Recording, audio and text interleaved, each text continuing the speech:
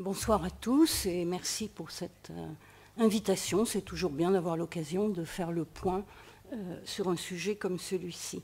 Alors juste deux choses pour introduire mon propos.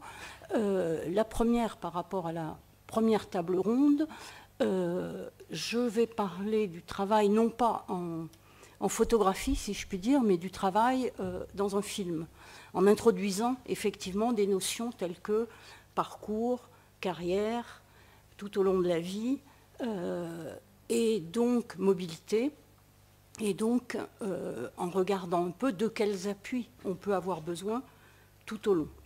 Ça, c'était la première chose. Et c'est vrai que cette perspective-là, en film plus qu'en photographie, donne un peu un autre sens aux différentes situations de travail qu'on peut vivre. La deuxième chose, c'est que très volontairement, je vais vous parler à la fois des gens qui travaillent, de ceux qui ne travaillent pas tout à fait, ou pas vraiment, ou on ne sait pas trop, et de ceux qui ne travaillent pas. Donc, un peu dans l'esprit d'un certain nombre de dispositifs récents, parler aussi bien des jeunes qui cherchent, des demandeurs d'emploi, des gens qui sont au RSA, ou des gens qui ont un travail à proprement parler avec, quand c'est possible, le CDI qui va bien. Trois moments dans mes propos. La montée de ces approches individuelles, comment s'est-elle faite? Deuxièmement, la nécessité des appuis professionnels, des accompagnements. Et troisièmement, disons, essayer d'ouvrir un peu la boîte noire de l'accompagnement. Les approches individuelles côté entreprise, je dirais dans les méthodes, dans les outils, dans les manières de faire de la gestion des ressources humaines. Je vais être très rapide, je pense que Jean-Pierre est plus à même de développer ce point que moi, mais juste pour dire que c'est quelque chose d'assez ancien, qui est maintenant très ancré, très outillé, au point que un entretien qu'on pourrait appeler un entretien annuel d'évaluation ou un entretien d'appréciation, tout le monde l'appelle aujourd'hui l'entretien individuel. Ça s'est un petit peu installé, c'est l'entretien individuel. Donc dans les entreprises, quelque chose de bien installé et quelque chose qui est maintenant, et ça c'est un petit peu plus nouveau, très installé, j'allais dire dans le droit, et dans les dispositifs publics.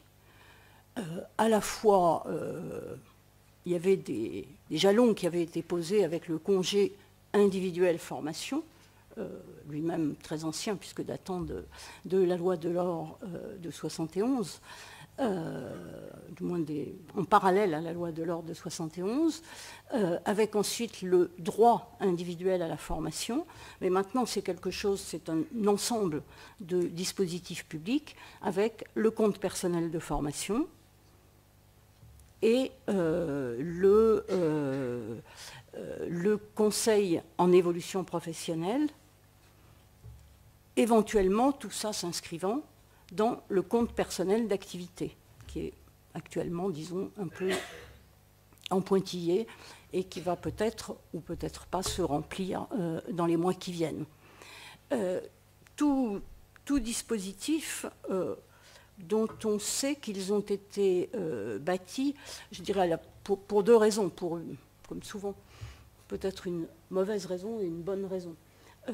La mauvaise, c'est un peu parce que depuis longtemps, collectivement, on est à la recherche du remède miracle pour améliorer le système de formation professionnelle continue tout au long de la vie, dont on sait qu'il ne réussit pas à corriger les inégalités et dont on sait qu'il fait que la formation va à ceux qui sont le plus formés. Pour résumer les choses, j'ai souvent l'habitude de dire que finalement, il vaut mieux être justement un ingénieur et cadre dans une grande entreprise que d'être une femme employée dans une PME de nettoyage industriel. C'est une autre manière de dire les choses. Donc ça, c'était la mauvaise raison. Essayer, en partant en quelque sorte sur une autre logique que la logique précédente, essayer enfin de corriger les défauts de ce fameux système de formation professionnelle continue.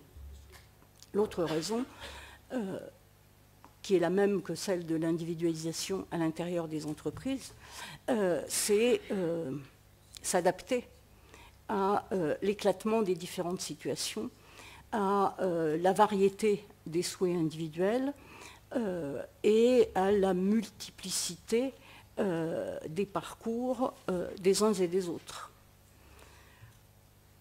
Cette montée des approches de type individuel, en fait, il faut aussi bien voir, et on le retrouvera tout à l'heure, qu'elle a finalement deux sens différents. Le premier, c'est l'individualisation des, on va dire, si on parle de service public de l'emploi, des prestations, ou l'individualisation des outils, si on est dans la GRH à l'intérieur des entreprises. Ça, c'est le premier sens, qui est exigeant pour les gens qui mettent en place ces dispositifs. Et le deuxième sens, qui est tout à fait différent, et plus nouveau d'ailleurs, c'est l'appel à l'initiative individuelle pour bâtir son propre parcours, pour être soi-même, en quelque sorte, le constructeur, l'auteur de son projet de vie professionnelle. Et vous savez que dans des tas de cas de figure, que ce soit chez Pôle emploi, dans une mission locale ou ailleurs, on vous demande mais quel est votre projet professionnel? Qu'est-ce que vous voulez faire? On vous met en quelque sorte, presque par certains côtés, en demeure d'avoir un projet professionnel. Donc c'est deux sens bien différents que l'on retrouvera.